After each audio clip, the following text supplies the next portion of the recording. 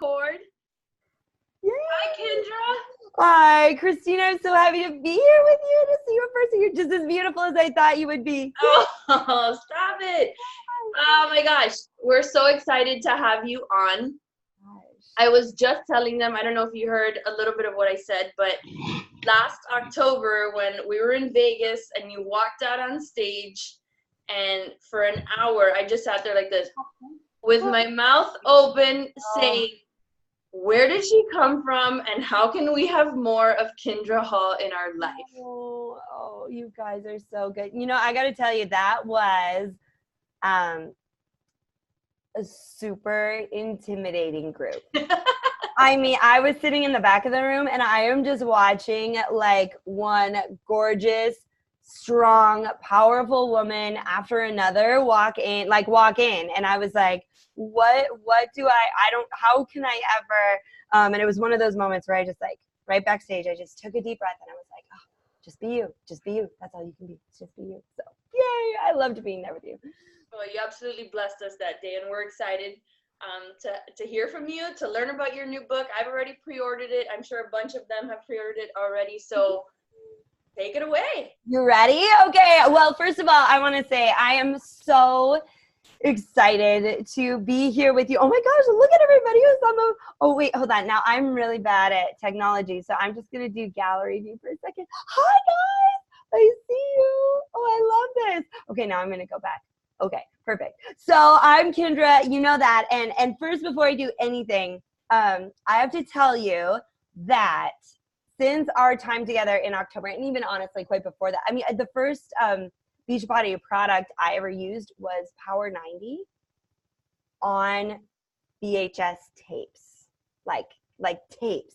Like there was actual. So look, I can tell some of you don't even know what that is. So that's fine. I'm dating myself, but I love you. I love what this company is about. I love following all of you. And I love your products. And I have to tell you, so a couple of days ago, I went in, and I'm sorry if I'm really big, if I'm the big face on your screen right now. I just see Christina big on your screen, but look at, so I had to go in and get eyelash extensions, not in my nose. Sorry if I had something in my nose. I went in to get eyelash extensions, right? And the only reason I was doing it is because I sweat a lot when I speak, and my eyelashes, like the mascara was sweating off, and it would sweat off underneath. It would sweat, like it made me look like I had two eyebrows on each side. So I was like, oh, I'm going to try these eyelash extensions. And I'd done it before. I was going back to do it again. And it was 1 hour into the appointment. And usually, I mean, it shouldn't take that long.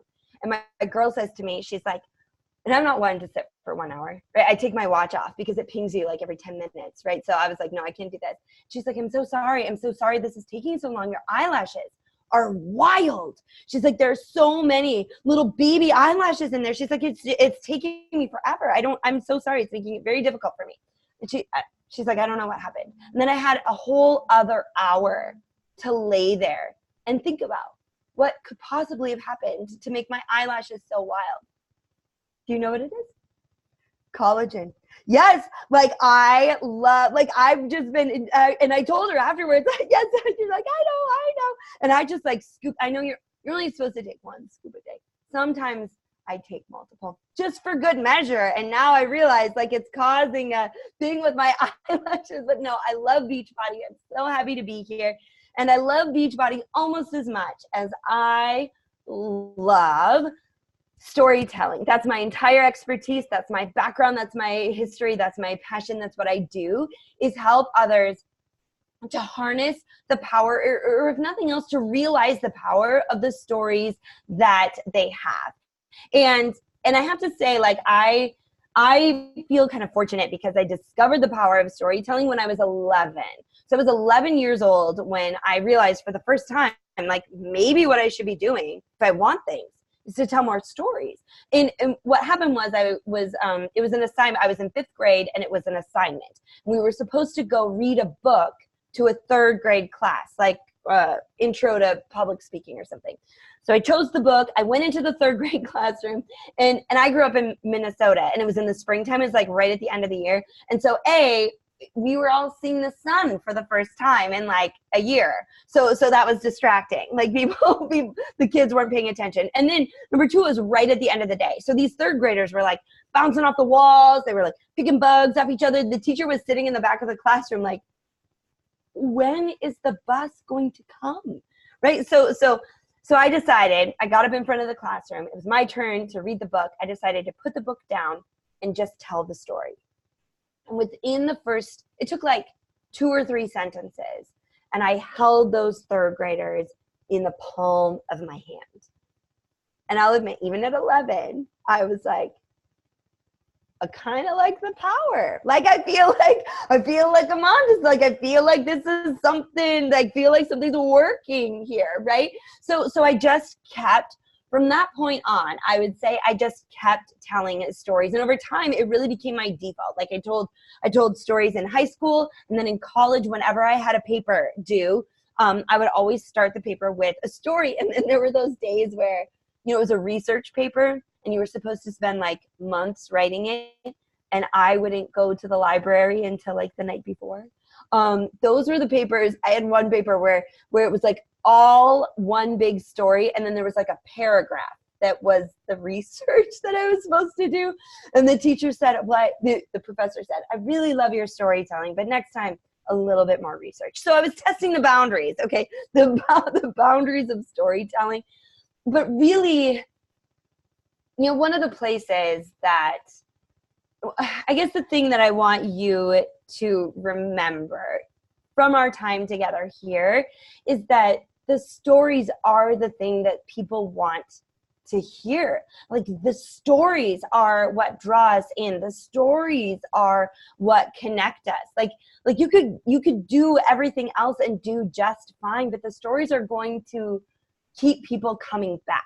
And I learned this lesson actually, again, several years ago. I became a spin instructor. So I have to say, like, I had no business teaching spin, truthfully, but I don't know, I got kind of good at spin, and then they asked me at this little studio I went to, and in my spin studio, wait, hold on, I'm going to do this again to do gallery view. How many of you have ever taken a spin class? Do we have any spin class people? Okay, yeah, so you know what it is. So this spin studio, you ride standing up the whole time. You don't sit down. Like, you have to, so that's just so you know. And so I was asked to teach a spin, and the hardest thing, so I should warn you, we're going to be taking a few not detours, I'm going to call them frontage roads of stories, okay, where we'll be going along, and then we're just going to take a little exit and take a story. And this is the story. So you have it, so like, you get to be fitness instructors, like, you get to be coaches and fitness leaders without the stress of having to like be a fitness leader. Like, I remember, so just this summer, we were at the beach, and I don't know about you, but when I go on vacation, usually my motto is I will eat all the things, like, whatever it is, that is what I will eat. And multiple things. Like, I feel like there should be, you know how they say, like, oh, maybe you should eat multiple meals throughout the day. Yes, my meals would be like pancakes, pizza, tacos, pizza. I love pizza. And then just end with dessert, you know, pancakes again, right? And then I don't work out, because why would you work out? You're on vacation. Well, this vacation, I'm in my late 30s. I had to change my behaviors. That game was a lot more fun several years ago. So I decided to do my morning meltdown 100 on the beach. I mean, beach body, right? So I chose a workout that it was like downbeat strength that required a mat, a towel, but I had a towel. So I thought maybe, I had a beach towel, so I thought maybe that could be both. I took my weights, took my water, I took my towel down to the beach, and I did my workout looking out over the waves. And I was pretty sure I had the world figured out. Yes, all the things. Like, I was on top of the world in that moment, right? Like, this is what exercise should be. But nevertheless, it wasn't back when I was teaching spin class. And the most stressful part, I didn't have a DJ. I didn't have Jesse to do cool beats when I was doing my workout. Like, I had to come up with those myself. That's the most stressful part about spin class. I didn't know if people were going to like Britney Spears or spinning to the Spice Girls or Backstreet Boys, bye, bye, bye. Okay. So it made me nervous. So my default then was, before every song that I thought people might find controversial or that they might not like, I would tell a story. And one story that stood out, one memory I have is the story of the song, Kylie Minogue, Can't Get You Out of My Head. Do you know that song? Have you heard that? You heard that song? Yeah, so it's a great spin song, but it's kind of poppy. So before I played that song, I told the story of when my now husband, but before we were dating, he and I worked together, and somebody one day needed to pick him up from the airport. And so my boss asked, can anyone go pick up Michael from the airport? And I was like, I suppose I can do it. I can go pick up Michael but I wanted him to marry me, that was my goal, was to get him to marry me in the car ride. But I wanted to be subtle. So I remember pulling up to the airport in my silver Grand Am, and I rolled down all the windows, but you had to use 4 fingers. It was like a claw to get them all to roll down. And just as he was wheeling out of the airport, like he was coming out to be picked up carrying his suitcase, I pushed play on my CD player, and the chorus came on as he was getting into the car. I just can't get you out of my head, boy, your loving is all I think about. Because I wanted to be subtle. I didn't want him to know that I was in love with him. So I told that story, and everybody, we laughed. It was, it was funny. And then we wrote to the song. And here's the thing. Over the course of my time teaching spin, my classes sold out. Like there was a waiting list to get into my classes. And then when I'm a retired spin instructor. When I retired from teaching spin, the comment that I heard the most was, we'll miss your classes, we'll miss the workout, but most of all, we're going to miss the stories. And that is true for you as well. Like people join it. They want to be with you. They want to be surrounded by you. They want to keep checking in with you because we want to hear the stories. Like my classes didn't sell out because of me. They sold out because of my willingness and my understanding that stories are the thing that get the job done. Now, that's true in spin class. That's true when you're writing papers. It is certainly true in business. And if there's any business that it is more true, it is right here with what you're doing with Beachbody. So tonight, I want to give you just a few things to be thinking about. I mean, that right there is enough to trust and believe that the stories that you tell are going to help you make progress towards whatever goal it is that you have. That right there could be enough. But there's a few other things that I want to talk to you about during our time here together tonight. First of all, we'll go into a little bit more about why storytelling is so important for this business, why storytelling is worth the investment of your effort to get better at it or to actually do it in the first place. So there's 2 things I want to talk about there. A, story's ability to communicate the value of what this is really all about, and B, the fact that people buy you. That's the other thing they're buying, okay? So we'll start there. Then I want to move into the 4 components that every story needs to have to make it more memorable, to make it more compelling, to make it more engaging, to make it more influential.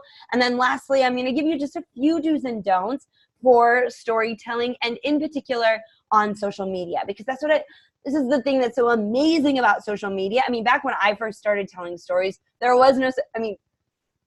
way back when I first started telling stories, there was no such thing even as I don't think there was the internet. When did Al Gore invent the internet? I'm just kidding. I'm not that old, a long time ago, right? But social media is such an incredible place for you to be sharing your story. So I'll give you a few do's and don'ts about that. So first, let's talk about these 2 reasons why storytelling is so important in your business. And the first one is its ability to communicate the value. Here's the thing. You have a lot of options when it comes to communicating the value of what you have to offer, the value of the products. You can talk about price. You can compare the price to various things. You can talk about the ingredients. You can compare the ingredients. But here's the thing. We don't buy the thing, right? Like price isn't, we'll use price to justify our decisions, but price oftentimes isn't going to be the driving decision maker. More often than not, our decision, if you do it right, our decision is made long before the price is ever discussed if you are telling compelling enough. I mean, think about this. Okay, so again, I feel like a rebel sharing this with you, but tomorrow morning, 6 a.m., I'm gonna go to Soul Cycle. You know, once a spinner, always a spinner. I get them in here and there when I can. At Soul Cycle, I buy my packages in packs of 10. They're $35 a class. Tomorrow, I wanted to make sure that I got a good bike. So you got to get in early. Otherwise, you're going to get a bad bike. And I want a good bike. So I paid an extra $15 to get a good bike. I thought that meant that I spent $40 on my spin class because I don't know how to add. Instead, it means that I am spending $50 tomorrow morning for a 45-minute class, 7 minutes of which is going to be people coming in and trying to figure out how to clip into their bikes. Like this, and yet it's $99 for a year-long subscription to Beachbody. Here's the price doesn't matter. Like it isn't a thing, right? Or like when you think about the I've seen the pumpkin spice Shakeology is coming out, right? I'm not really a pumpkin girl. If it were pumpkin seed Shakeology, right? Like just the seeds, like the salty. Okay, I'm gonna let them know that we need pumpkin seed Shakeology. But I've seen the infographics, right, where you compare side by side the price of a Shakeology versus a venti Starbucks pumpkin spice latte, the calories, all that. And yes, all of that makes sense. And you're like, oh my gosh, I cannot believe that Starbucks is that bad for me. Okay. And that will justify people's decisions. But here's the thing. You are so much more than that. And the stories that you can tell about how the products make you feel, or the stories that you can tell about the value of this community. Like, I'm pretty sure many of you have stayed here because you don't feel alone. Like you don't want to go to a gym, or you don't have time to go to a class, but you do desperately need that sense of community that keeps you going, that keeps you accountable. There are stories that the only way to communicate that value is by sharing stories. Just talking about it is never going to do the job. So I truly believe that there is so much here, and it is your job, like it is your duty to tell the stories of the value of what Beachbody is really all about. So that's number one.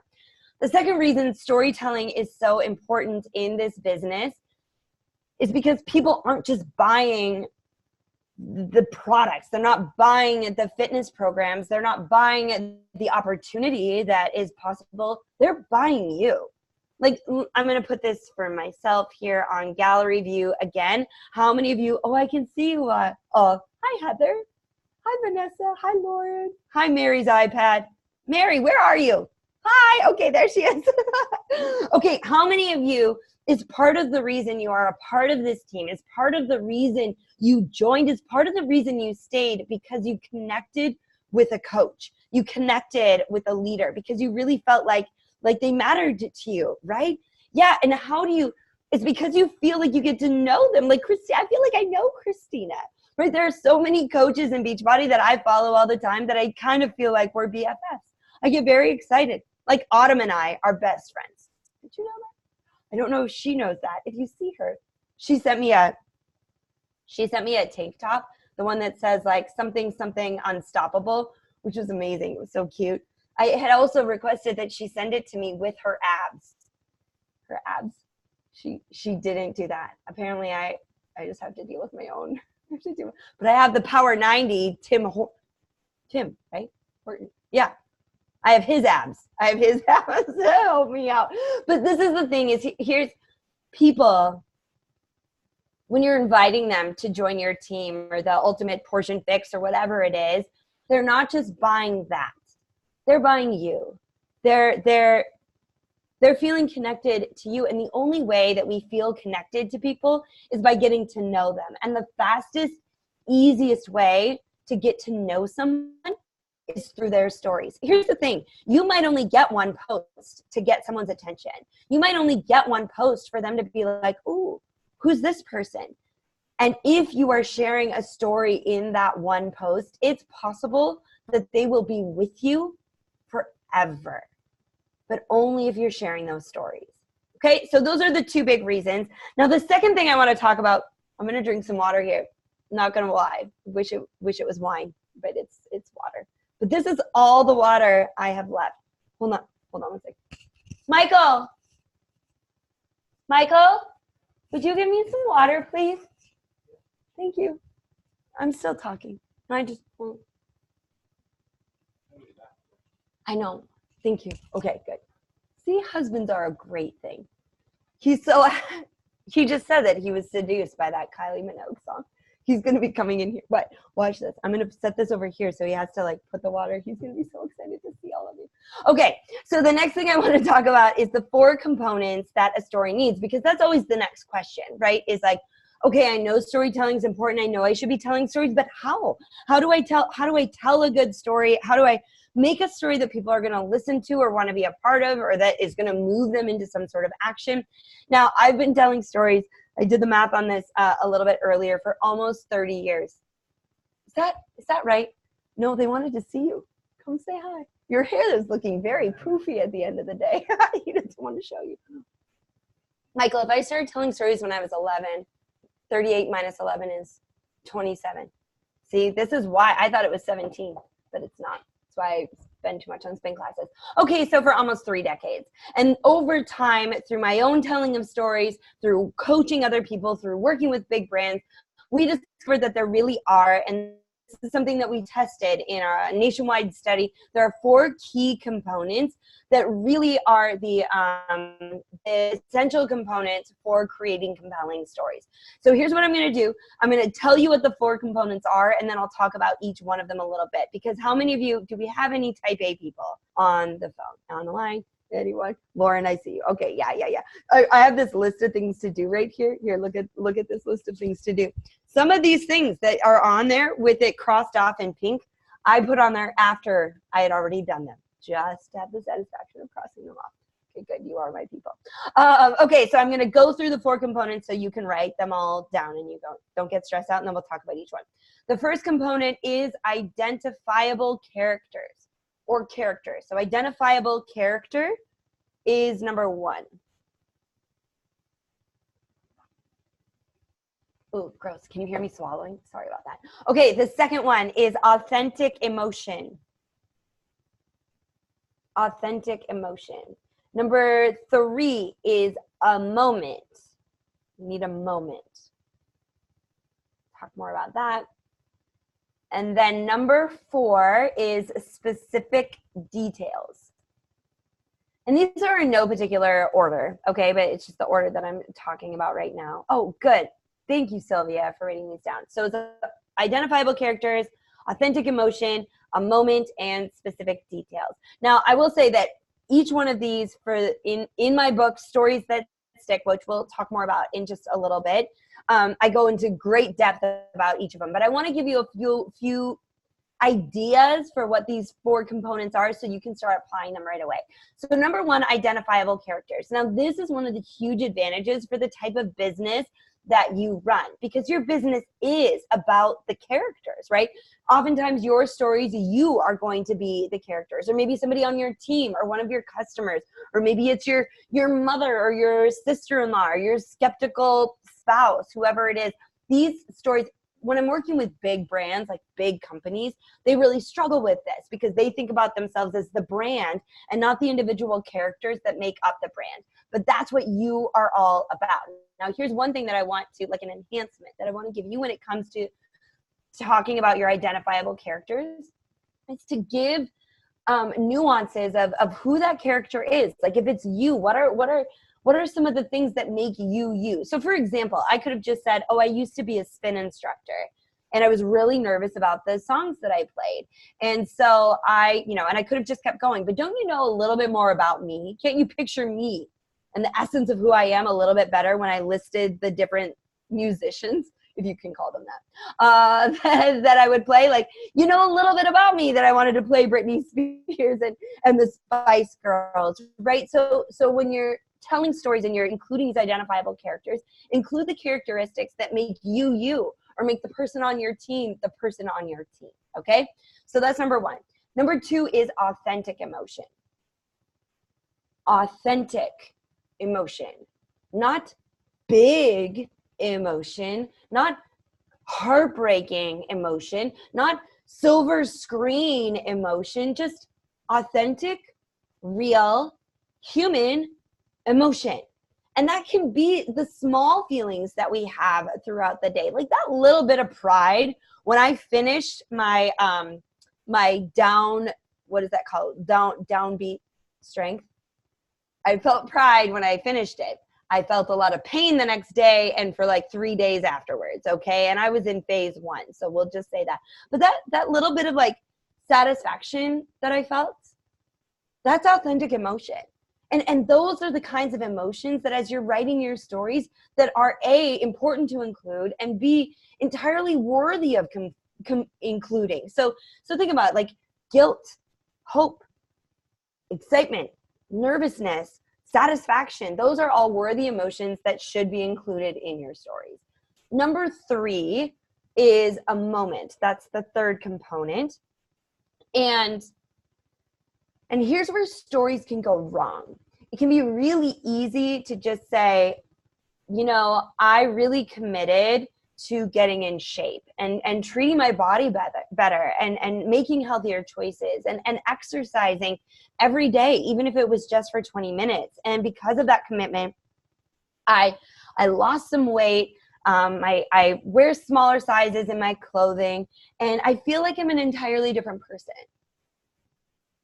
Okay, like that's fine, but what are one of the moments where this came to life for you? And to give you an example, back when I was, it would have been when I was in graduate school, actually. I had gained, you know, graduate school, college will do that. When I thought that like eating an entire pizza was a reasonable, I did eat an entire pizza the other day, but back in graduate school, I used to do that every night, and I would watch Friends and I would do my homework. And I was 25 pounds heavier than I am now. And 25 pounds heavier on 5'4" was a lot. And I was really uncomfortable with that. And I had one of those moments where I knew I needed to do something about it. And there's a whole story about that. But the story and the moment that I want to share with you now is after I had been making better food choices and using my Tony Horton VHS tape. And I had lost weight, and there was an end of the year event for my school. And I had to go shopping. I wanted to get a new dress, and I went to Maurice's, which is the height of fashion. And I walked into the store and I started pulling the dresses and the clothing off the shelves and off the racks. And then I went into the dressing room and I closed the door behind me, and I started trying on the different clothes that I had pulled. And none of them worked. Like I was looking in the mirror and it was bagging here and hanging there. And before I could really figure out what had happened, I heard a knock on the door, and it was the attendant. And she said, "Excuse me, hi, can I help you find any other sizes?" And I didn't know what to, so I opened the dressing room door, and I was kind of like holding a dress on myself, and I'm like, something's wrong. And she said, "Oh, honey, you need a much smaller size. Let me help you with that." And she went back out into the store. She came back, and as she was coming back, I looked in the mirror. And I realized that I was now a different person. And she brought back a dress that fit me. And I realized that now I had to grow in to this new person I was, and to start seeing myself as that new woman. Now, how many of you have ever been in a dressing room before? Right? How many of you have ever like tried on clothes and they weren't quite the right size? Like, doesn't that moment, like if I were I were to be, I mean, I can't sell Beachbody, but trust me, I would, right? Like if that were something that that is a story that I would tell, because it'll put them right there in that moment with you. And no matter where they are on that journey, you want them to be, in that dressing room with you, because then they can see that dressing room is possible for themselves. So that's a moment. What are the moments along your journey? And the other thing I want to say about moment is I feel like people feel the pressure of like, oh, I need my one big why story. Well, you know what? Let me tell you, I've had many moments on my own health journey. I've had many moments on my journey to being a storyteller. So it's honing in on any given one of those and sharing those stories. Okay, so now the fourth component is specific details. And I've kind of mentioned this throughout, but specific details are one of the things that we leave out, that we gloss over because we're like, people don't have time, or that's such a small detail, like what does it even matter? But the details are going to do the ultimate goal. All four of these components is to drive what I call the co-creative process. And that is, the more you can get your listeners, your audience, your potential customers, your potential team members, your current team members who you're trying to move to the next level, to rank up, the more you can get them to engage in your stories and start seeing themselves in those stories, the better off you will be. And specific details are a great way of doing that. In fact, let's run a little test here. I'm going to open up my chat and I'm going to see who answers this question. How many of you remember the car I was driving when I picked up my husband from the airport? Do you remember the kind of car or the color? I wonder if I said I did. Yep. What was it? Grand Am, silver Grand Am, silver Grand Am. Good job. Oh yes, Grand Am. Pontiac. Ooh, someone added in Pontiac. Yeah, I didn't even say that. Oh, Roland had one. Roland, I see you. I had one. Was yours silver too, like mine? Yeah. Yep. Oh, it was beautiful. Look at this. Okay, you all didn't even know that was happening. You didn't know that when I mentioned that tiny specific detail, that I would be able to come back to it because you would remember it. So keep that in mind as you're writing your stories. What are the little details? And you don't have to have a ton of them. You just need to have one in each of your stories because people will come back to them. Okay, so those are the four components. And again, in Stories That Stick, we go way in depth. We go in depth on each one of them and how to use them, how to put them in your stories, how to fit a big story into a really small space. There's so much more to talk about there. But for now, what time are we done? 9:30, right? Again with the math. Whenever you yeah. Or whenever, as long as it is so far past bedtime here that it doesn't even matter. Good, and you're all still here. So let's do this. Okay, so now what I'd like to do is give you just a few do's and don'ts when it comes to telling your stories. Because I don't want you to get caught up in second guessing it. All right. So here are a couple of them, and let's start with a don't. The first don't that I would give you is your stories don't always have to be about Beachbody. Okay, now maybe that's controversial to say. Maybe I'm going to be fired from future team calls. But here's the thing. Remember, people are buying you. They want to know you as a person. So maybe you're an amazing aunt. Maybe you're a single mother of 5. Maybe you're a pet person. I am not a pet person. Oh, my poor daughter so desperately wants a pet. And I just, so that day that I was at the beach doing my workout, I found this beautiful calico colored stone. It was like this big. So I brought it home for her and I told her it was her pet rock. And I named it Susan for her. She's so mad. So today she was lobbying hard to get a bunny. I'm like, we live in an apartment in New York City. We're not getting a bunny. And she was like, I really want a bunny. And I'm like, but you have Susan. How is that going to make a Susan? So I am not going to connect with the pet people. Maybe the pet rock people, but not the pet people. Okay, but see, that's the thing is people want to know you beyond the products, beyond your workouts, beyond anything else. So if you go out to lunch one day and something funny happens, or if you have a challenge with your teenager, don't be afraid to tell those stories, because remember, we're buying the whole package. We want to know you, and it's good to let them know that you are something beyond Beachbody, because you all are. It's a part of the fabric of your being. It's a part of the fibers of your eyelashes.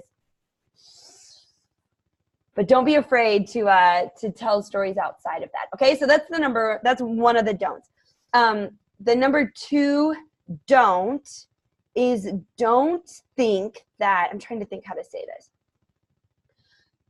And I mentioned this a little bit earlier. Don't think that the only stories worth telling are the super dramatic ones. Like, I hear all the time. I had a woman say to me the other day, she was like, she had gone through this huge ordeal, and she's like, and now I have a story to tell. Like, what?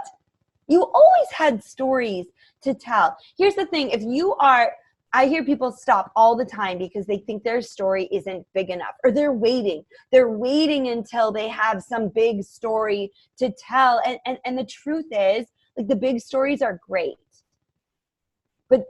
But most of us are living day-to-day small stories. And so we connect with day-to-day small stories. So tell the stories of your small victories. Don't think that it always has to be some grandiose thing in order to have value. Way back, when I first started telling stories, I was telling fairy tales and like children's books, and I would just like kind of reenact them in a way.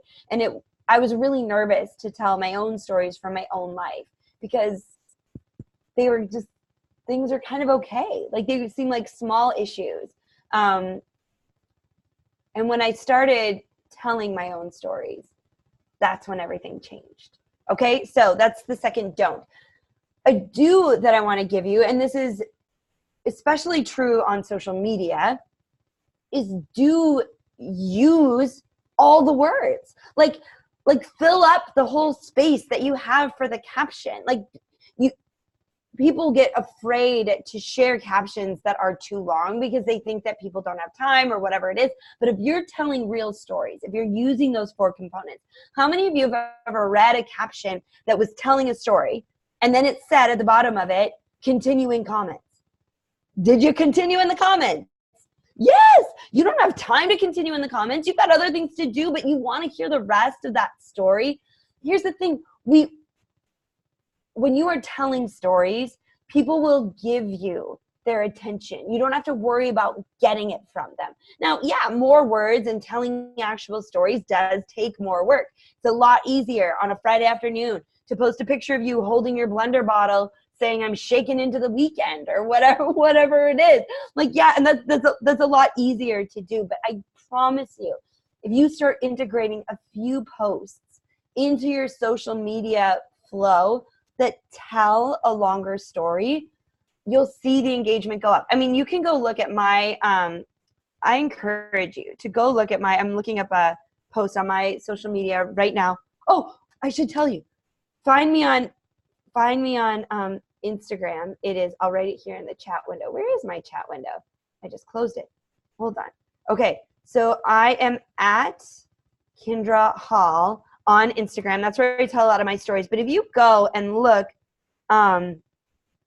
you'll see like there's a picture of me there with a guy. Do you see that picture right there? And it's just a picture of me with a guy. But in that picture, I tell a story, and you should see the engagement of that picture. The picture right before it where I'm wearing that orange dress, go check that out. There's a story in that caption. Then I want you to go check out this picture that is me holding the book, and almost nobody clicked on it. I mean, there was the engagement was so much less because I didn't tell a story. Now, I gotta tell you, some days I don't want to. It takes more work. It's harder to do. But if you start using more words in your captions and you start using those words to tell stories, the engagement will go up. And the last do. See, it's a good thing they had a hook backstage to pull me off at the stage in October, Christina. Otherwise, it would have just stayed there forever. The last do that I'll give you, and maybe this is a little bit of a challenge, a throwdown, is do this. Do it. Like, do it tomorrow. So so let me give this to you. Tomorrow, here's what I want you to do. For whatever you were planning to post on Facebook, whatever you were planning to post on Instagram, whatever you were planning to post on whatever platform that I don't even know about anymore, here's what I want you to do. If there was a picture that you really wanted to post, I want you to take a couple of minutes tonight and maybe into the morning and think about a story that you could tell that is connected to that picture. Autumn had a picture several months ago where it was her standing next to a bicycle. Like, it was just her standing next to a bicycle. And she could have been like, active summer weekend, blah, blah, blah, and just gone like this, or getting an extra workout in on my bicycle. But instead, she told the story of learning how to ride a bike. And I still remember it. And it was months ago, okay? So find a picture that you were going to post or that you want to post, and then find a little story that you could tell about it. Or your other option is, if there's a story that has come to you while we've been on this call, write that story and then find a picture that is somehow connected to it, right? So maybe it's a picture of you smiling and it's a story about something funny that someone said. Whatever it is, you can either go with a picture first, a picture that you really had in mind, or a story first, but then find the opposite that matches it. That's your challenge.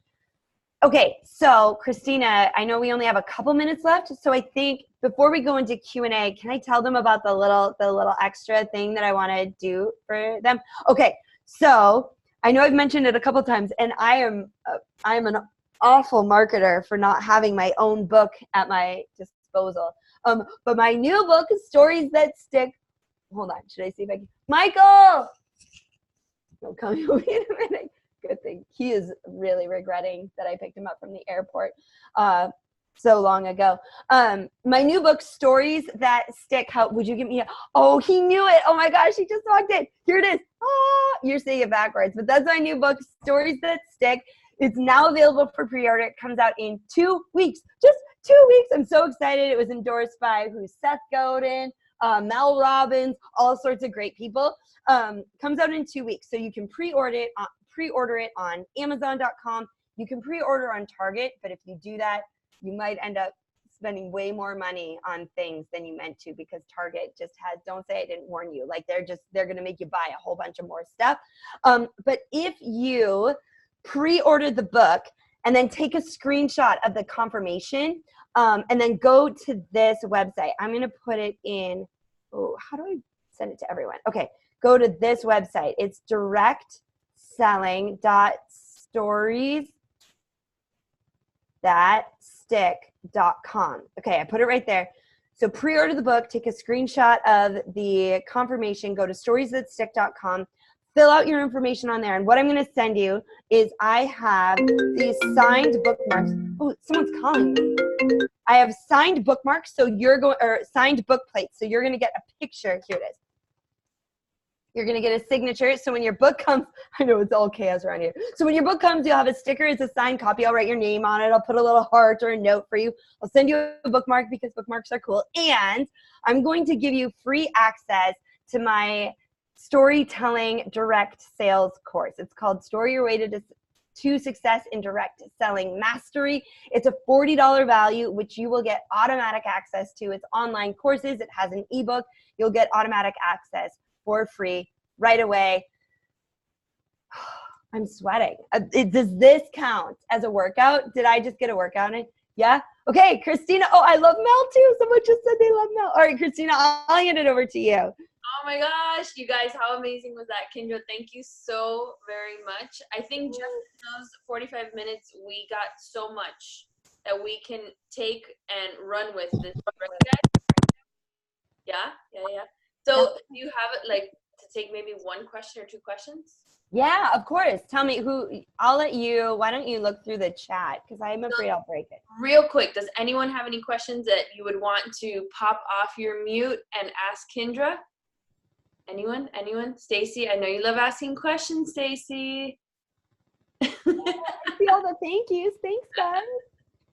Everybody gets real shy on these calls. I know. Oh, one question I do get a lot. The book will be Audible as well, so you can order it on Audible. Oh, that's amazing. So Sylvia asked, how often do you storytell on your posts? Once per day, a few times a week? What would you suggest? I mean, So I try to post twice a day.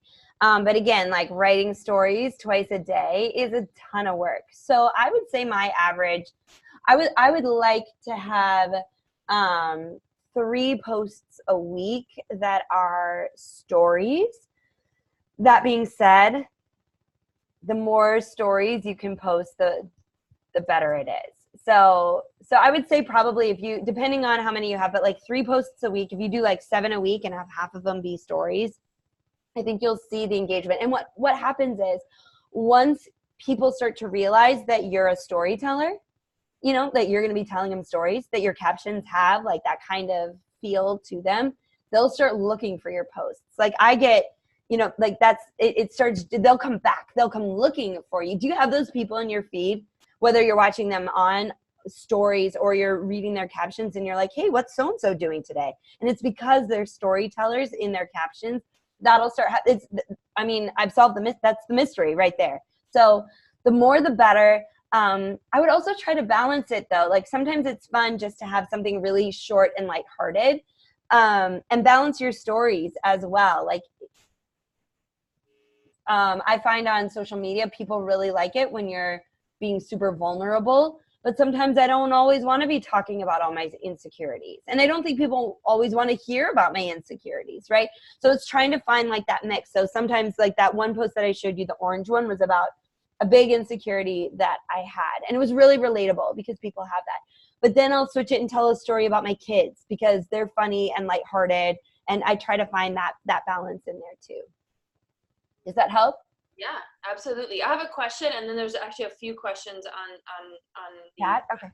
Do you take the picture first and then build the story, or do you build the story and then take the picture?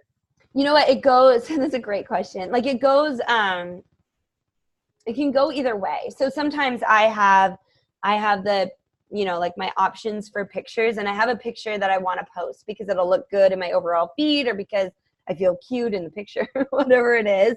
And then I think about like what story I could tell that would somehow connect to that picture. And sometimes like if it's just a picture of me and the wind is blowing through my hair, I'm not going to tell a story about wind, but maybe I'll tell a story of another time where I felt really free and happy and excited or something.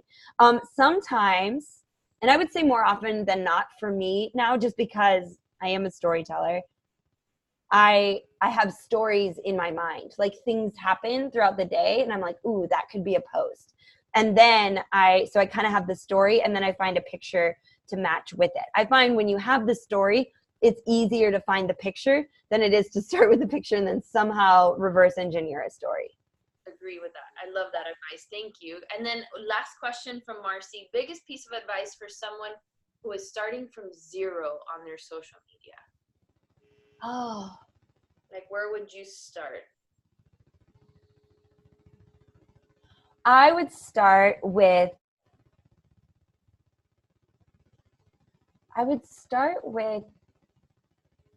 a story. And a story that like, it kind of like a story that introduces you.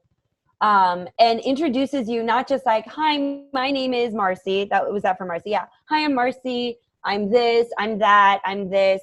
But instead to start with the story of like, and Marcy, we don't know each other, or maybe we do. Did you work at the Outback Steakhouse in Fargo? I know Marcy that works there. Okay. But maybe Marcy, you are a nurse, and there's so much that is a part of being that, you know, like caring for people and wanting to be with people in some of their most like difficult moments. You could tell the story of like your first night as a nurse and what that was like for you and what you felt about that. And then so tell that story, and you can, you know, just keep it small, keep it short, but choose one moment in your life that you feel like really shows who you are and what you're all about. Because it then, and again, it doesn't have to be Beachbody, right? It can just be like, maybe it was the a monumental moment, whatever it was. Maybe it was when you bought your first car and you were so excited to have that independence, but a story that shows, and you're an independent person and you want people to be able to experience independence as well.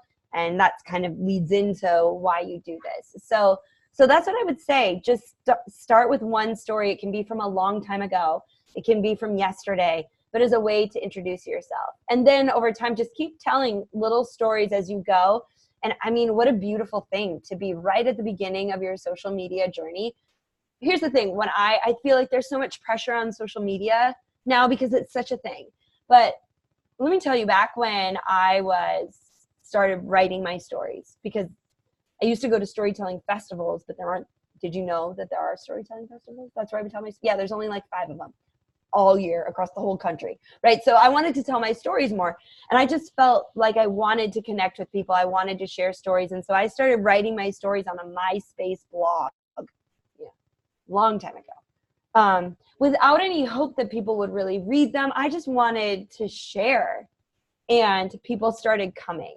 And I think that's another thing to think is take the pressure off. Like do this for you. What are the things that you want to share with the world? And whether or not the world is listening right now doesn't matter, because eventually they will come and listen, and eventually they'll scroll back through your history and get to read the stories you've told. That's one of my favorite things is when I see somebody come into my, start following me on Instagram or Facebook or whatever it is, and you see like 50 likes come through as they're going back and liking posts from like years ago, months ago. I think that's the thing with social media is it really is, it's a place where you get to, it's your bulletin board. It's a place where you get to share who you are. That's all I have to say about that. Amazing. So I'm sure like you guys that you posted a bunch of questions that we're going to get a lot of answers in stories that stick. And I think that's where we need to go. So I have this one too, by the way. Oh, that's the ebook. So that comes with the online training program. That book is the ebook. So you get that book. Do you like that book? Did you read that book? Of course. Yay.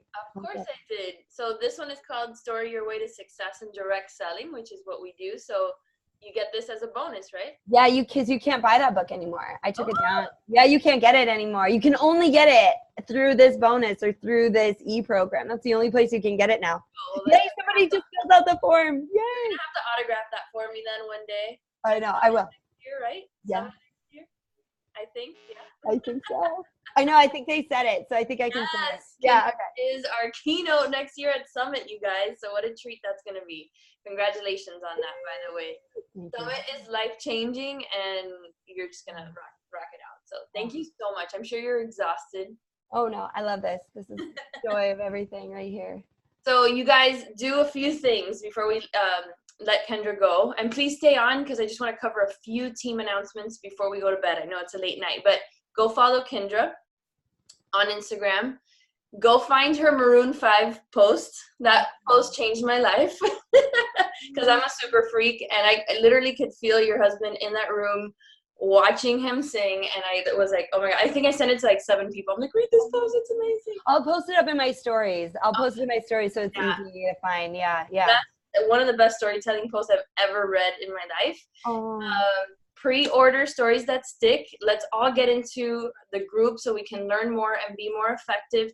I know we're always trying to search for ways to make the business a little bit easier. I know it's not always the easiest thing, and it's very rewarding, but not the easiest thing. I'm telling you guys, as someone that loves to tell stories, that this makes the business a little bit easier. Yeah. More relatable, makes you more influential, makes you make an impact more. So if we can get better at this using Kindra and all her knowledge and expertise, it will get better for us. And what a perfect time heading into the new year to do this. So you guys, I'm excited. Yay, Kindra. Yay, thank you so much. We'll see. I'll post that story. I love you guys. Thank you so much. Bye. Thank you. All right, you guys, stay on for just 5 minutes. 5 minutes, and then I'll let you go. First of all, was that great? Do you guys love Kindra? She's awesome, right? She's super engaging. I loved her. I know Melissa. Thank you, Melissa. By the funny story, before I get into 6 weeks of the work, I get this email from Kindra And I just like filled out this form real fast. It asked us to write something about the organization. And I just like, we're great. And then exclamation point and hit send. And then I was like, what did I just do? Oh my God, this was an opportunity for our team to have a team call. Melissa Gallimay texted me and she said, I just got the email from Kindra. I filled it out. I wrote this amazing story about Diesel Nation and we got the call. So I have to thank Melissa for sharing the actual Diesel Nation story, landing the call with Kindra for us. So that's amazing. Thank you, Melissa. Okay, few things, and then I will let you guys go. Number one, our Diesel Nation Leaders Retreat is happening this week. So everybody that's heading there, we'll see you in Orlando on Wednesday. You guys, this is the opportunity for you to step up. If you're new or want to be there, obviously there's going to be other retreats happening as well from other organizations within our downline. But now's the time where you start looking into 2020 and saying, am I going to be there? Am I going to be at Summit? Am I going to be at Leadership? Am I going to be at all these things that make a difference in your business? And so draw the line in the sand. I think I've said that every team call this year, but because you need to do that in order to be successful and say, I'm going to be there no matter what, to everything. I want to do it all. And when you do it all, that's when you achieve that consistency to be successful. Pumpkin spice is back and available in case you didn't get it or maybe some customers couldn't get it. Second thing I wanted you guys to be very aware of. Please remember that in order to achieve Success Club, you need 90 PV HD. Pumpkin spice was not on HD. So even if you bought 5 boxes of pumpkin spice, which is great, you're going to love it, and you're going to have it for the next 6 months, you still need your HD in order to hit Success Club. So consider other things like Recover, Energize on HD, Collagen on HD, but that combination has to equal 90 PV or more. If you have questions, ask them, but don't get caught on the last of September and then on the 1st of October saying, oh my God, I didn't hit Success Club, but I bought 5 boxes of pumpkin spice, right? That won't count. It has to be HD. We'll put up a post tomorrow on Diesel Nation Rising. Lastly, a lot of questions about 6 weeks of the work. I'm not going to redo my live. You can go into Diesel Nation Rising and watch my live that I did on this program. You know, what you should do if you're doing morning meltdown, what you should do if you want to do 6 weeks of the work. I answered those questions, but I created something for us to educate our prospects on 6 weeks of the work. It's coming in fast and furious. The program is literally being filmed right now, and it's going to be on sale on September 30th, which is just like 3 weeks from now. So I want you guys to be ready, and I want you to know what we're doing as a team to help us all wrap our heads around this thing and then be successful in helping our customers and coaches be successful with the program. We're creating a test group experience, not a test group, not a Beachbody sponsored test group, but a test group experience. We are literally taking everything we know about Beachbody test groups after being part of so many of them, recreating the homeworks, recreating the requirements, recreating everything so that our customers and you, if you choose to do this program with us, feel like you are in a test group with the purpose of getting extreme results. Who's going to be doing 6 weeks of the work? Right? Some people are going to be doing it. Some people are like me. I'm going to be finishing Morning Meltdown. I'm not going to speed through the program, and that's okay. But in order to capitalize on this launch and that we're not caught going, hey, what happened there? We got a new program? We're going to do this so that if you have 1 customer, 2, 10, 50 customers come in for 6 weeks of the work, that they have a home, that they have a really great challenge group to be a part of, that you're going to be a part of too, coaching them, but we're going to have this group experience where they can be plugged into, and we can all help each other get them the best results possible. Does that make sense? Okay, we'll be posting the link to that Facebook group soon, not yet. In addition to the Facebook group and all that we're going to do, Becky has created a kick butt prep calendar for 6 weeks of the work. We've taken the little that we know about the program, because there isn't a whole lot, in the program that we know just yet. We do know it's going to be hard, right? That's one thing we do know. It's going to be a tough program. She's created a kick-ass prep calendar, which will likely be ready tomorrow, if not Wednesday, so that we can share that in the group and with you guys and all that jazz. That is the value that you guys need to share with your customers right now so that they purchase their challenge packs now and not wait until September 30th or in October when, you know, there's 3 days until the 7th when we start this thing. They're in a flurry, and then they're not going to get great results because they're not prepared to be successful. So what I'm doing, and I'm going to show you, and I'm going to give you exactly what I'm doing to help my customers connect with their challenge pack right now, is telling them, I want you to come in. I want you to get your Beachbody On Demand challenge pack now. You're going to be given this prep calendar, which we're all going to start together on September 16th. Don't worry, if your customer comes in after that, they can start after. It doesn't matter. But this is what we're going to do. And on October 7th, we're starting all together. Yes? Am I clear? I just want to make sure. Okay, so I'm going to do a quick share. This is what I'm sharing with all my people. And now I'm going to give it to you. Okay, just so it's this right here. I'm going to give you this link. Unfortunately, it does have my name on it, but it does not link to my website or anything like that. So you don't have to worry about me getting your sales or anything like that. The reason why I had to do this is because Facebook and Instagram blocked this link that I'm going to show you right now. They do that. They block YouTube links all the time. They did not want me sharing that link on Facebook or Instagram. So what I had to do is create like a fake site in order to get us there. All right. So it's going to be ChristinaDelgado.com/the-work.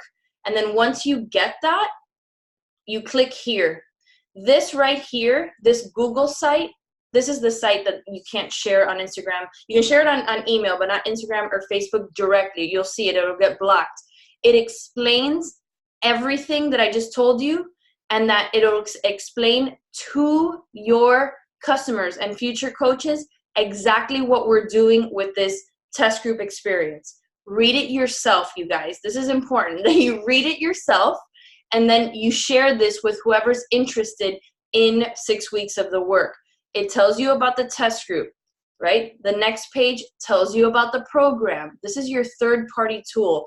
And then lastly, it tells you how to get started, right? And we have some great pictures here of past test groupers that killed it in the program, not this program, but AD Obsession. It tells you what's next. It tells you about the prep challenge. It tells you when we're starting. It tells you to speak to your coach, right? About how to get started right now. We share that if you purchase your challenge pack right now, you actually get to get VIP early access to the work for $10. Like, there's no reason why right now your customers aren't getting their challenge packs and then on the 30th buying this for $10. Okay? There's no link that links to me here. This is for us to share with our customers to educate them. I've shared this twice already with people interested in this program. I have already signed up a coach, and I have another commitment for this test group experience. You guys use this stuff. I know it's hard to wrap, all this information into a nice, pretty bow, and that's why I tried to do it for you. Okay, let your customers read through that, watch the video, and then you could take the conversation to what package is good for them. Does that make sense? Yes? Okay, so I'm just gonna type it. I'm gonna drop it here. This is the link, edit, copy. If you don't like that it says my name, which is fine. Edit, I can't paste it. Why can't I paste it? There you go. You can do a URL shortener, like use bit.ly or whatever to take out the ChristinaDelgado.com part, and it'll send them the bit.ly link. You can do that as well. But this is the only way that I could do it because Facebook and Instagram blocked the Google site, okay? All right, you guys. So now the work begins. Now the work begins in connecting and just blasting this thing on Instagram stories. I don't know if you're following me, but I'm doing it every day. Every day I'm talking about the work, whether speaking or videos or progressions. I'm just talking about it. I'm getting people excited about this test group experience that we're hosting. You know, we're going to get extreme results. We're going to go all in, just use that kind of language. So you guys, I hope tonight was valuable. I hope that it was helpful. I hope that you took a lot from Kindra. You don't have to buy her book if you don't want to, but it is, I think, a great book to learn some skills. We do a lot of mindset work. Sometimes we got to switch it up and we got to learn some skills. And I wholeheartedly believe that learning how to tell stories makes our lives easier in the long run, makes us more attractive, not in the pretty sense, but in the attracting of customer sense. She's spot on when she says that people come back to see what stories they're sharing on a daily basis. So be that person. All right, you guys, good night. Love you all. If you're heading to the retreat, I cannot wait to hug your face. I will see you later. Bye. Bye, guys.